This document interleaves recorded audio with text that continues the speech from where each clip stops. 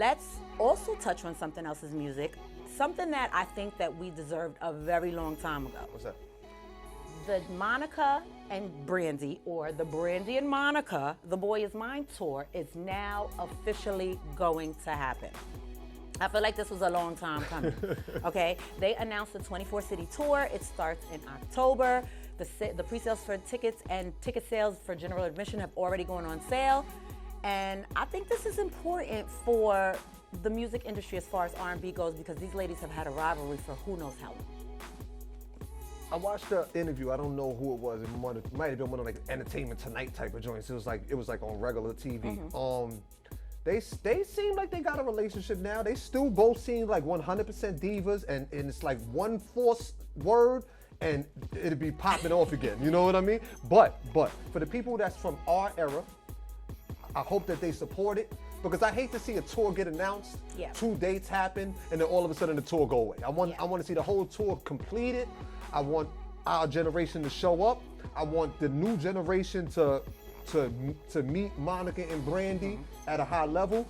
And I want to say that Brandy was looking young in that interview still. So it's good to see people on the iPad. And not saying that Monica wasn't looking young, but Brandy was looking extremely young in the interview that I saw.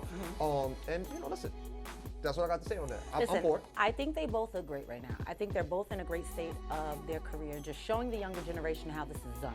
I think that this was a long time coming, and I'm glad that they inked out and kind of resolved whatever was the issue, because, in the beginning we were hearing some, just some debate about whether it was going to happen or not, but clearly they came to a resolution, and I think they should take turns closing the show.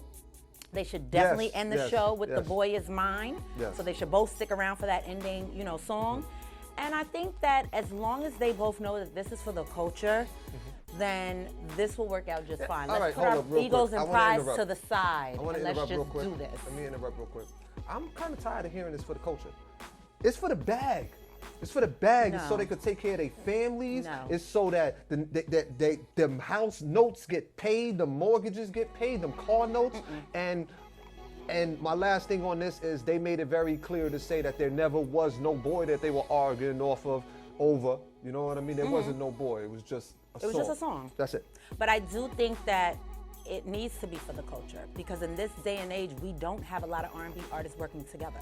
There's a lot of rivalry going on, and there's a lot of jealousy happening. And I think there's a lot of people that think certain people aren't as great as they are. If it's for the culture, let's let the record labels give their money to the culture, and let the artists keep their money, and the record labels don't get the money. Let the record labels donate the money for the culture. There has to be a point where we set an example for this generation and future generations.